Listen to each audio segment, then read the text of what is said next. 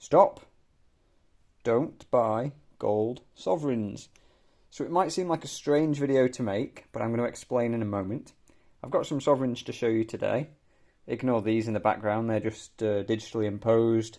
Green screen sovereigns, it's a fancy background, not real. Even makes noises like real gold sovereigns would. But anyway, we're going to talk about the sovereigns and gold in general, really.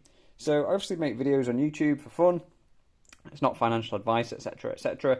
But I really want to just make sure that people are making their own decisions when it comes to gold. So although I like gold sovereigns, and I like to make videos of them, I don't want people to buy just because I'm buying or just because anyone else is buying. So whatever it is, whether it's gold, whether it's an asset of another kind, whether it's some fancy crypto or whether it's, I don't know, antiques, whatever it might be, whatever that thing is, don't buy it just because somebody else is buying it.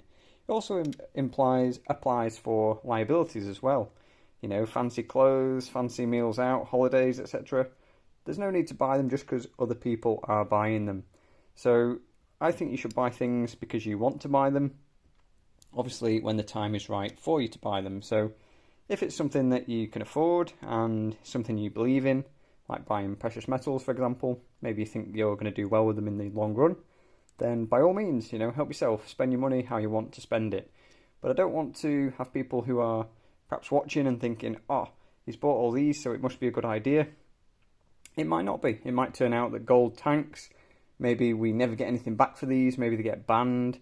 Maybe the government goes around door to door stealing everyone's gold. Maybe it's something less sinister. You just never know. But ultimately, I think the reason you should buy gold is because you believe in it and it fits with your plan. So it doesn't matter what my plan is, doesn't matter what anyone else's plan is.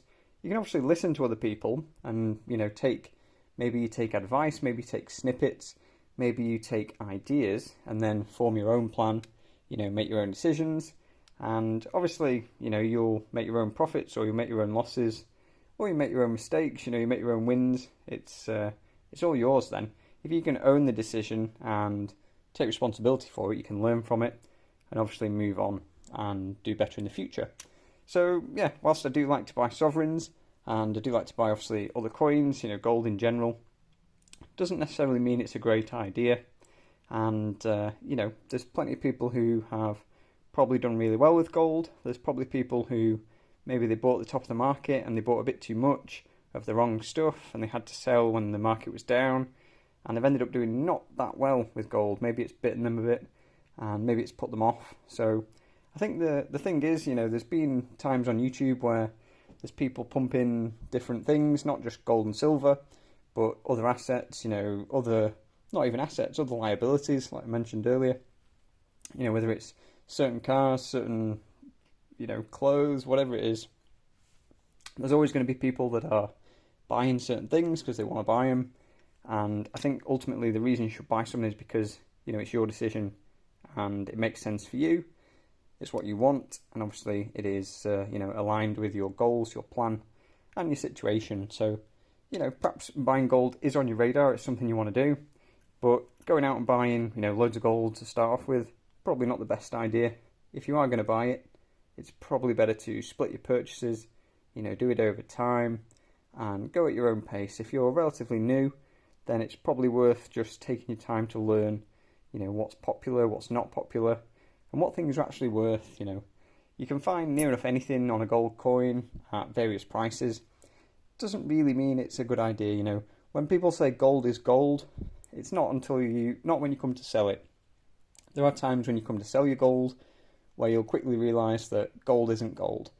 And by that I mean that you might not get back the premium you paid to buy it. So whilst you should always be able to get the gold spot price or scrap price relevant to what you've bought, you might not have paid that to buy it in the first place. So, most gold will sell, whether it's broken jewellery, whether it's working jewellery, whether it's commemorative stuff, whatever it is. But certain things are going to be more popular than others and some are going to be easier to sell than others.